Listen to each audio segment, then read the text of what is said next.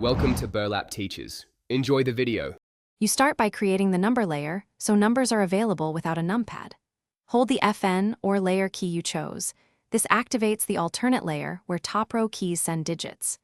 You do this because a 60 keyboard lacks a dedicated cluster, and holding a layer key is the only way to type 10 reliably. Once done, test by holding FN and tapping the top row.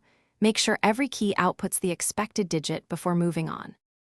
Next, you map shifted symbols and any modifiers on that same layer so you can type punctuation in one flow.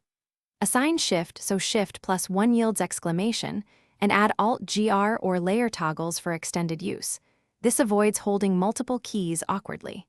Then, test common combos like shift plus 2 for @ symbol and Alt-GR sequences for accents. If you plan long numeric entry, set a momentary toggle or a sustain layer to prevent fatigue. Make adjustments until combos are consistent. Finally, flash the firmware with your finalized layout and save a backup so you can revert quickly. Practice typing numbers and symbol sequences until they feel natural. This confirms layer timing and tap-hold behavior are correct.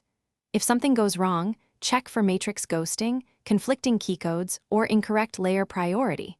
These are the usual culprits. As a quick fix, use VIA or VIA-like software to remap live, then reflash once the layout is stable. Thanks for watching. Consider subscribing if this video helped you.